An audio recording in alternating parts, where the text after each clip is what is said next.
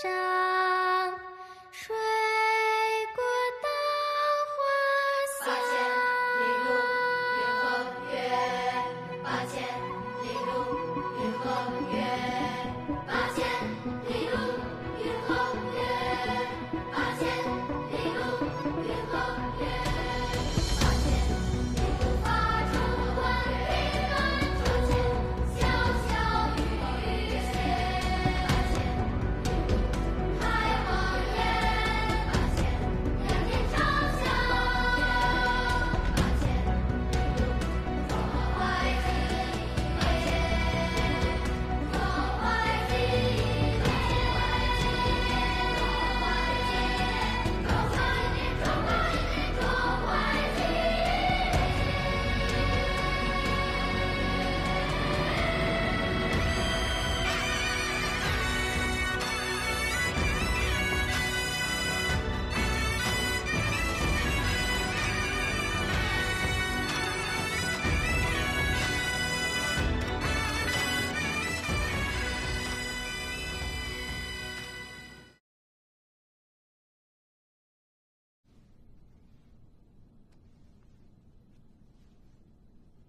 我记得有句诗，你念过的，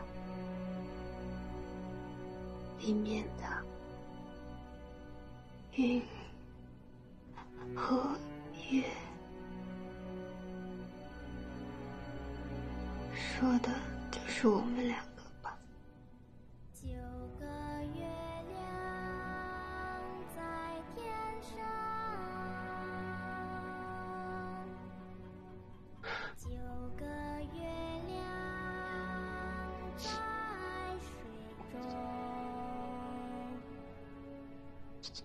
，9个月亮照山河。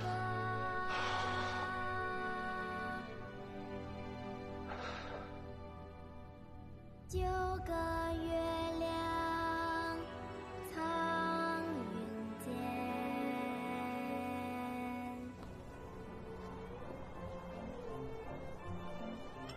有请，有请。哦，这房子是挺雅致的啊。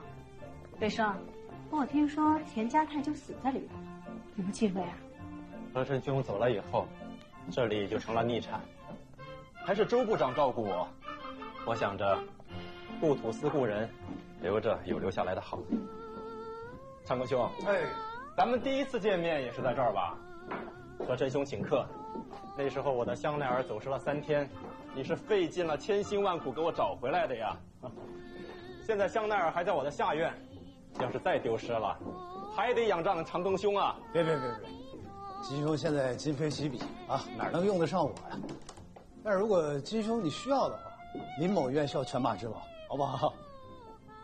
哎，对了，那个听说周部长现在正在组建公司，拨销食盐，但是据我所知啊，在上海最赚钱的这个食盐、鸦片，可都掌控在日本人的手里面。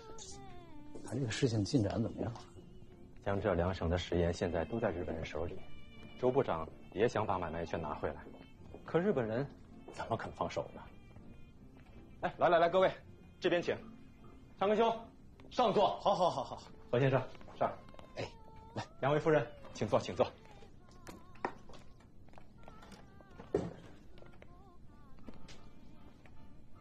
咱接着说，其他地方呢，交通不便，战事不息，购买力也不行，小打小闹，走私还可以，要办公司的话，实在是吃力不讨好，所以一直进展不下去呀。所以金兄啊，我今天来其实是给你献宝。何先生就是我口中说的那个宝。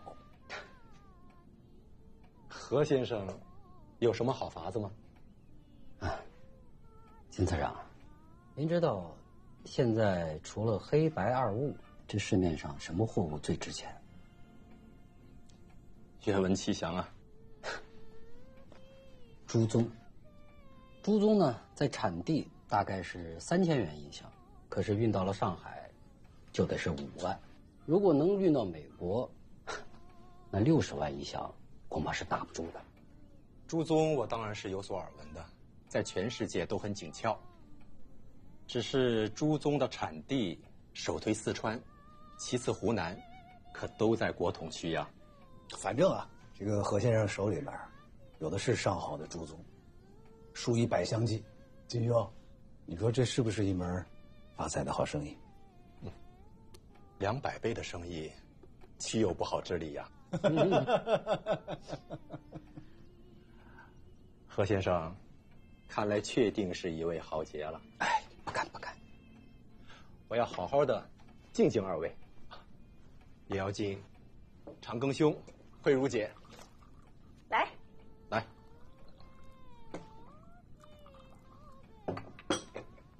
李姐，来，金司长。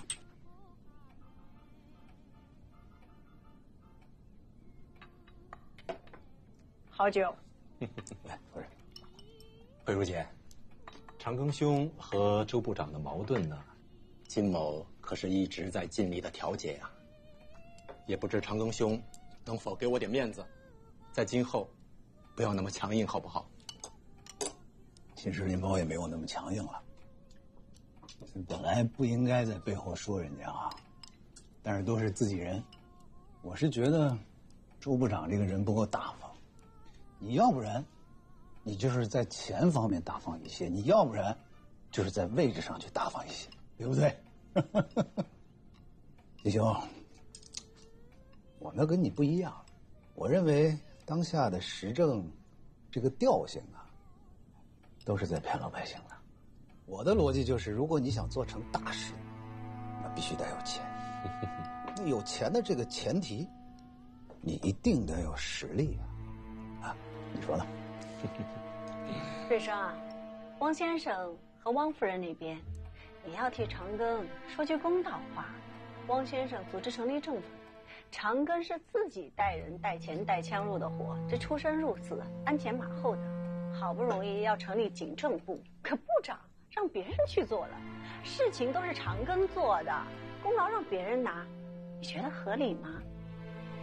我也知道，现在啊，汪先生和汪夫人瞧不上我们，觉得我们呀血腥气太重。哎，说这些做什么嘛？我说的是实话呀，血腥气不重，这政府能搞起来吗？那大家的安全怎么办呀？你们不是都知道吗？前几天少老就被人给丢了呀，多可惜啊！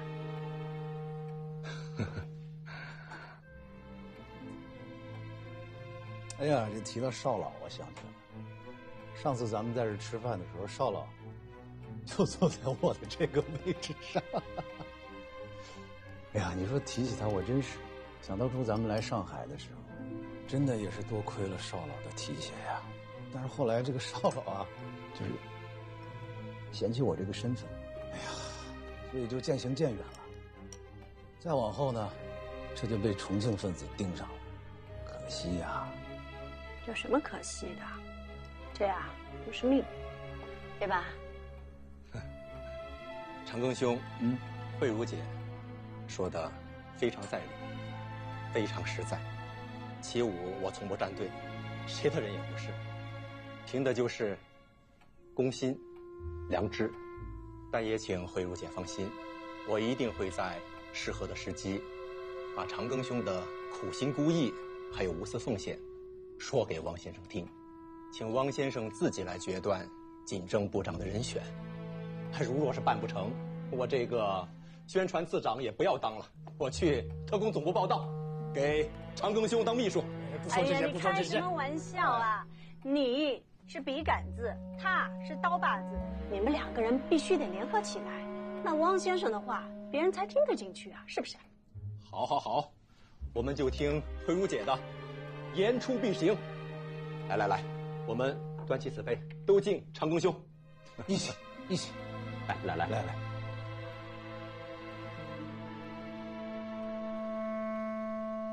何先生，我一直觉得你有些面善，咱们是在什么地方见过吗？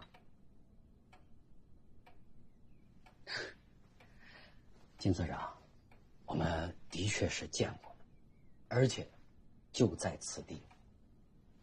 此地？我记得初次与金次长见面的时候，金次长就是在这个位置，击节而唱：“怒发冲冠，凭栏去。”包子。不知道金次长还记不记得孟府家宴？我记得金次长当时就坐在我夫人这个位置上，然后对着坐在这儿的布朗先生跟他讲孟子四端：恻隐之心、羞恶之心、辞让之心、是非之心，对应着仁义礼智。金次长真是学问渊博，何某深受启发。哪里，何先生，您才是真人不露相。哎呀，没。哎，二位是之前就认识，还是怎么就把两位连接起来了呢？哎呀，何兄，你说我应该怎么回复金兄啊？金次长，您现在是汪主席身边的文胆，当代大文豪，我相信您自然是能明白我跟长庚兄之间的这种微乎妙乎的缘分，是吧，长庚兄？哎，我看何夫人也有些面善了。啊，我也在田府待了很久，那时我是田先生的读书先生。我们何太太啊，是大夏大学的高材生，何先生的生意都交给夫人打理。那看来今天来的各位都是高人呐。危乎，止于无形；神乎，止于无声。好，真好。金次长过誉了，何某人呢算不上高人，真正的高人是林主任和金次长。我何某就是一个生意人，在这儿呢主要是林主任提携，在那边呢主要是代老板关照。当然，各位大佬们呢想做什么生意，我江户商贸公司就做什么生意，不只是朱宗，什么纱布啊、金鸡纳霜啊，还有桐油，我们。你不要乱讲呀，桐油哪里弄得到的？现在不能做桐油生意的。重庆向美国借款，美国指明要用桐油来抵账，现在没有人敢动桐油，戴老板都不行。对，还是夫人的脑子比我好使。看来今天都是老朋友啊。我呀，还是那句话，有钱咱们大家一起赚，能在河边上摸着大鱼，何必跑到河中间去捞那小虾呢？对吧？金兄，你不是一直想入股这个江户商贸公司吗？正主在这儿呢。这样，一会儿吃完饭，你们私底下好好聊一聊，好不好？何兄，长庚兄大气。不知道饭后能否请贤伉俪多盘桓一时啊？我得听慧茹姐的。我听林主任。我也得听慧茹姐的呀。那我开玩笑，实话嘛。真是的，瑞生，我倒觉得你们饭后好好聊聊，挺好。好，大家吃啊。起舞投身和平运动，问心无愧。我是费尽了心力，东挪西借，买下了这块宅地，为的就是能够纹丝不动的保留下这个角落。1年多了，我时常是在此地一个人思念何晨兄啊。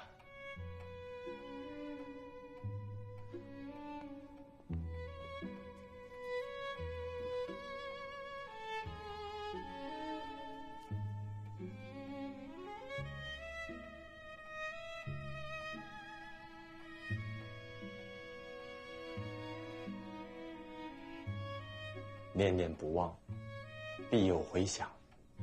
今夕何夕，得见贤伉俪。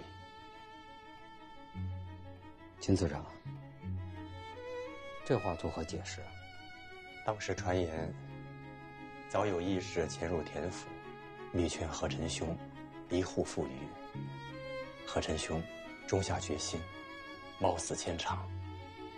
不料事成之日，日人为父，刀剑相逼何臣兄，令为玉碎，与敌同济。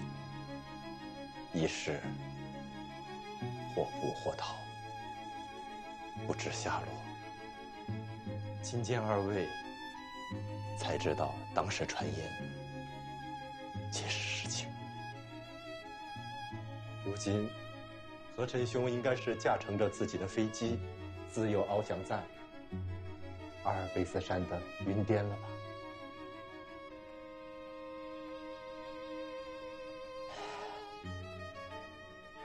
我刚刚真是起了一身鸡皮疙瘩。金次长，冒昧问一下，您到底是主张和平呢，还是主张抗战？我主张和平，但也不反对抗战。只要是对国有益，其武并无成见。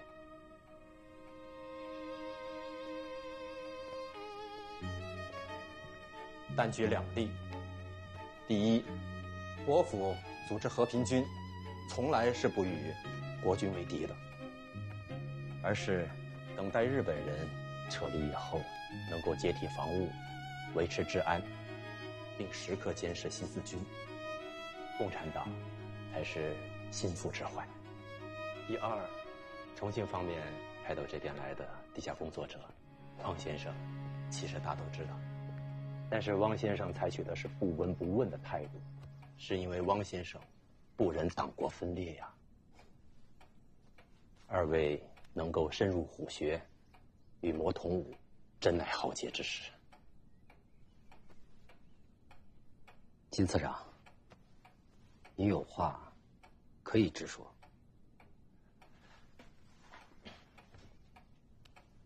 毕师兄，何夫人，当初你们是怎么样对待何臣兄，就请怎么样对待齐武。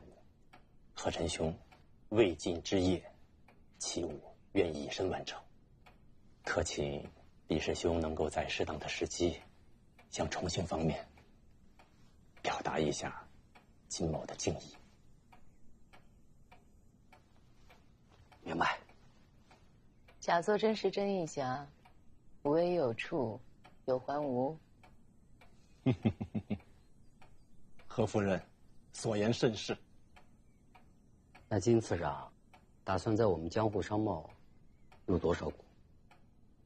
多多益善。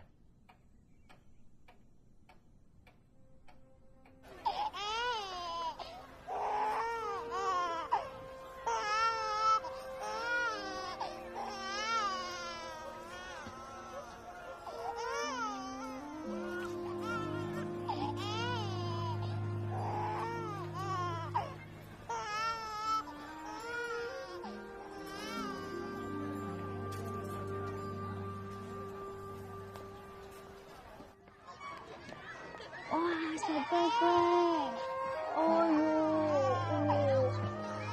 阿姨来了啊！阿姨来喽，阿姨来喽，不害怕啊，不哭不哭，哎呦不哭不。何先生，你来啦？啊，玉娇去送货，我来接月明。哦，不哭不哭啊，不哭，宝宝不哭啊，好孩子。金大姐，真的是哎。我想跟你聊聊。有事吗？我跟玉娇已经深谈过了，我知道你们在做什么，我想帮你们做事。哦，宝，李大姐，来，啊，不哭，刚送进来，你就按现在的时间登记，然后给他洗个澡，称称体重，最重要的看看有没有随身物品啊。好，辛苦了。那我们这边聊。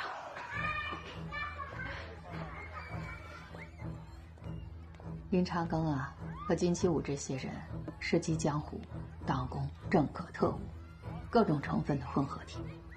他们呢很有野心，但是心中没有信仰，没有忠诚，没有家国，这样的人，他们的下场，往往就是人为财死，鸟为食亡。看上去是他们的铠甲，其实正是他们的软肋。如果你能够帮他们挣钱，就恰恰为自己争取到了工作的空间。而且你还要通过他们广交朋友，因为只有这样，才能够更细致、更深入的洞察他们的内心。我们呢，周旋于日本人、汪伪、军统之间，实际上，无论是敌也好、伪也好、重庆也好，不过是纸老虎。因为他们内部派系林立，各具山头，他们彼此之间有激烈的关于权力、利益、义气之争。那么这些争斗暴露出来的孔隙，恰恰是我们潜伏工作回转的空间。至于我们的潜伏工作，那更是真真假假、虚虚实实，是有基本的原则，可是没有一定的规律。做得好的话呢，可置敌人于股掌之间；做不好，画虎不成反类犬，是要掉脑袋的。所以说，我们这个战场斗争，它的残酷性、激烈性，和正面对敌作战是一样的。万福，做好做一名战士的准备了吗？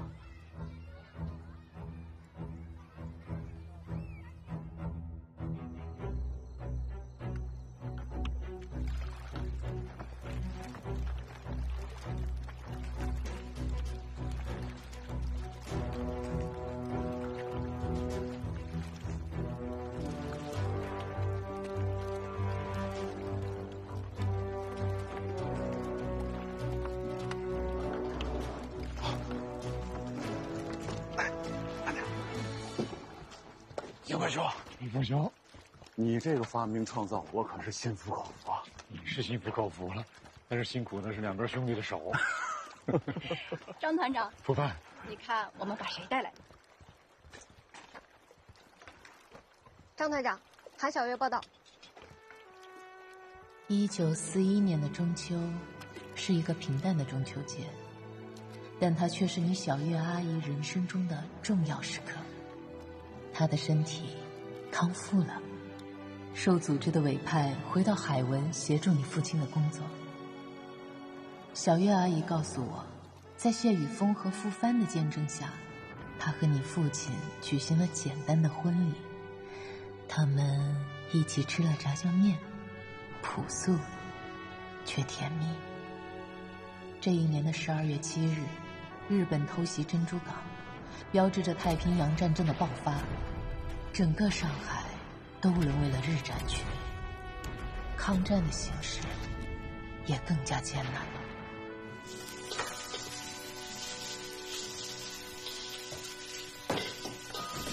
炒菜呢？来，我来。不用了，最后一道菜已经快炒完了。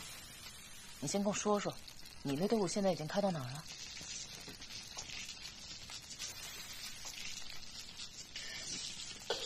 芜湖，不对，太仓。一天能耐啊！你这仗开得这么快，照你这速度，明天不就到上海了吗？这怎么守城啊？嘘，太爷现在状态很不好，我是担心不给他下猛药，不给他一些好的战果，要出事了。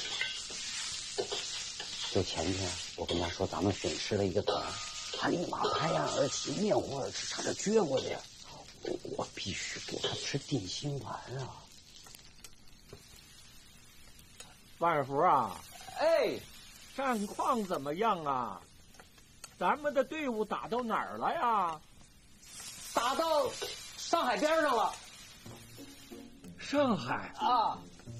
什么地方啊？罗店到罗店。说是啊，已经打到罗店了。什么？罗店？罗店不是你们87旅吃亏的地方吗？对呀，就是那儿。好，血债血偿，彻底清算，打回去。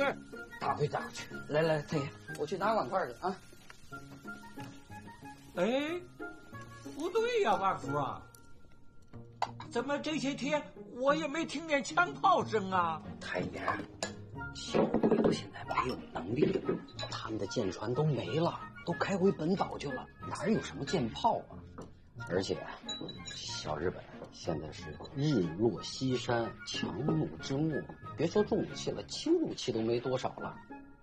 而且，您不是不知道，您出来之后耳朵也背，眼睛也花，其实这炮啊响了好几次了，您都没听见。嗯，是吗？按照目前的这个进展啊，咱们的队伍肯定用了摩托化部队，啊，上海的光复指日可待。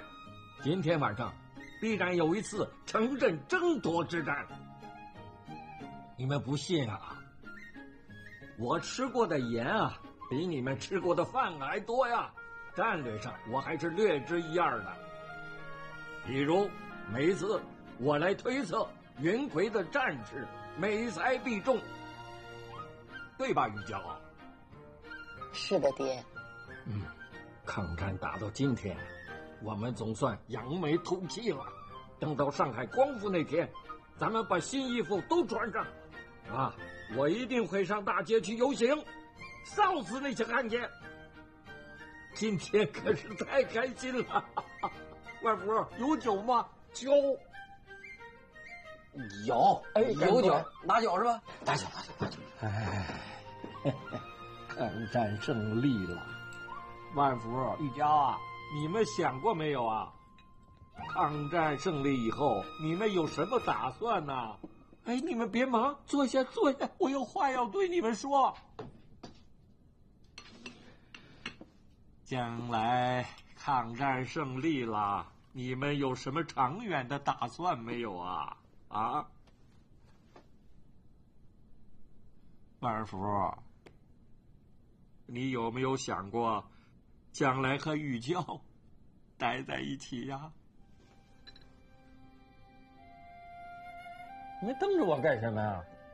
啊，我不糊弄，我也不是仅仅因为今天的这个战报，我早就这么想过了。万福啊，其实那天月明在那叫你一声爸爸，我的亲孙子管你小子叫爸爸啊，可是我不生气也不厌恶，我是满心的欢喜呀。玉娇啊，我老了，我的身体究竟怎么样，你们也不要瞒我啊，我自己非常的清楚。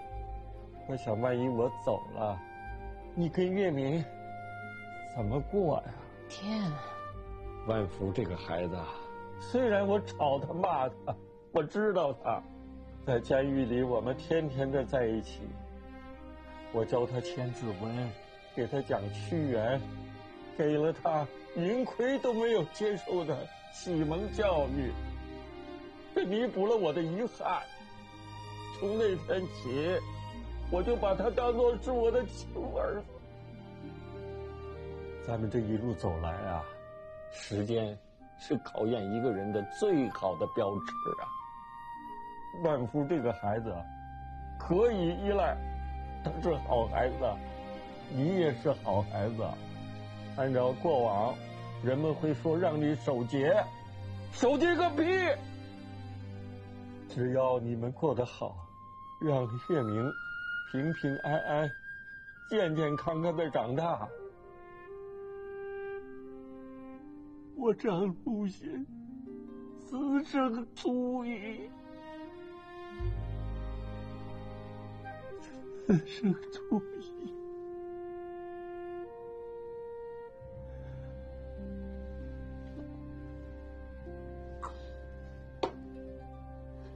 太爷，我知道自己是个什么人，我就是一只小爬虫，有很多的事，很多的话，我都不敢想，我更不敢说。这些年，在外边，我叫您爹，可是回到家里，我一直叫您太爷，我就是怕越过了这个界。但是您今天说，您把我当儿子，其实我早就把您当我爹了。我今天，旅长没了，这几年呢，小月她一点音讯也没有，她应该是十有八九。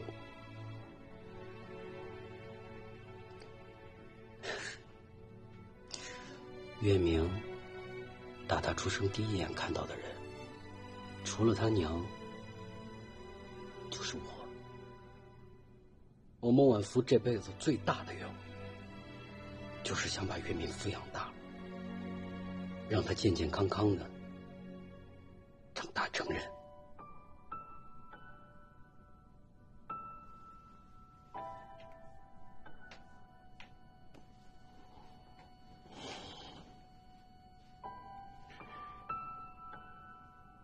玉娇，你怎么想啊？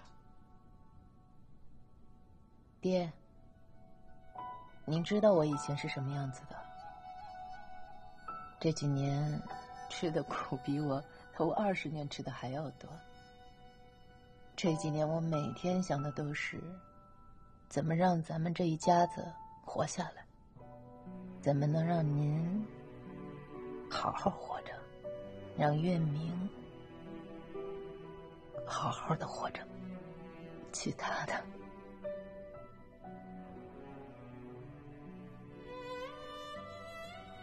万福很好的，特别好。说实话啊，刚刚见到你的时候，我确实是瞧不上你，但是你为我们张家做的这一切点点滴滴，我都看在眼里。之前我就跟你说谢谢，你说不要，现在我还是要说谢谢。如果没有你，也就没有我，没有我们的今天。那个雨燕，你把我背回鲁太居，给我做了一碗热面，我说不够。从那天晚上我就知道，你就是我的依靠。但是我还是要说实话，直到现在为止，云葵在我心里的分量还是很重。爹，我很感谢您，谢谢您这么开明。我知道您是把我当亲闺女，谢谢您给我开这扇门。但如果是因为万福对我好而选择，这是对万福的不负责任，也是对云葵的不负责任，同样也是对我的不负责任。我懂，你们都是好孩子，是坦坦荡荡的好孩子。我等你们，来，咱们喝一杯，来喝一杯。那爹说好了啊，今天晚上就能喝一杯，就一杯。孩子们，咱们这一杯呀，为了等待上海的光复，干杯！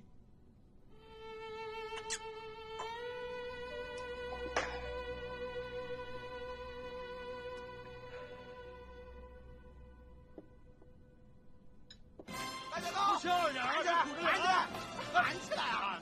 喊呐！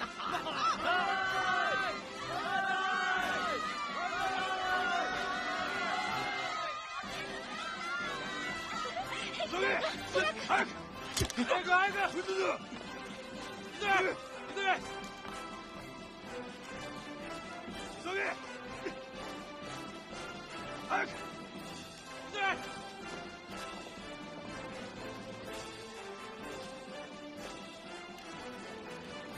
太爷现在也能下床活动了，而且我们战报也编到上海了。万一他哪天发现我们在骗他怎么办？我这2天也在想这些事。我想把爹送到曾大姐那边去。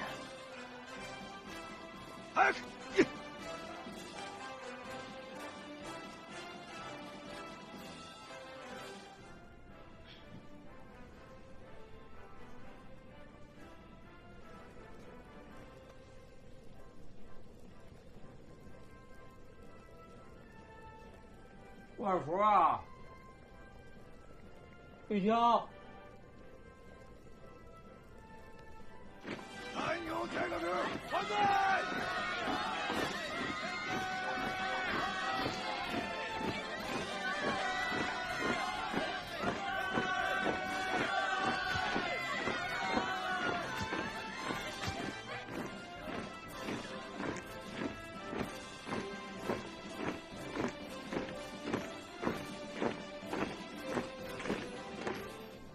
月明，爷爷带你去放风筝了。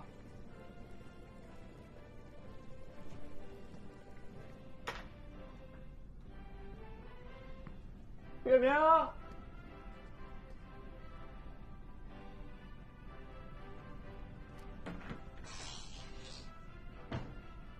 月明啊，你。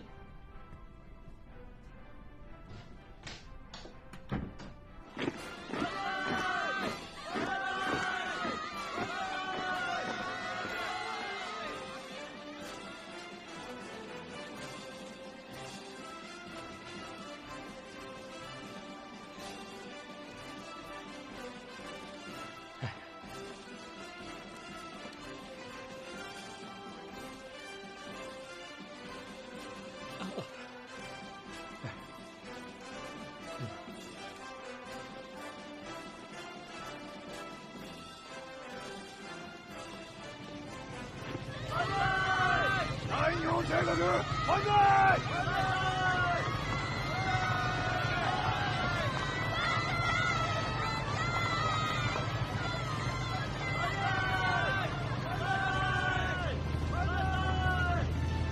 中国军队万岁！日本鬼子滚出中国去！中国必胜！上海光复！中国必胜！中国必！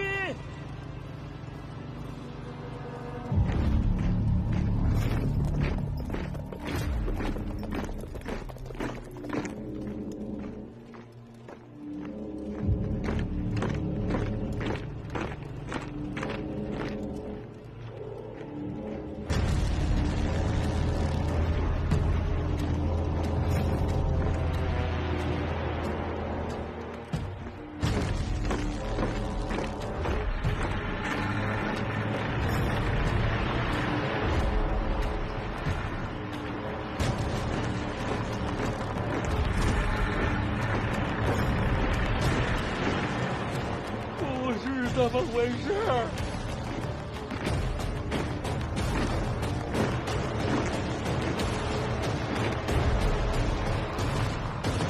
不是这么回事啊！你看，楼梯有人。爷爷，那放风筝。中国必胜！太爷，中国必胜！上海光复！这小子怎么了？太爷，你干什么呀？太爷，你干什么呀？太爷，太爷，怎么的？怎么？太爷，太爷，你干什么呀？太爷，上海光复，中国万岁！中国必胜！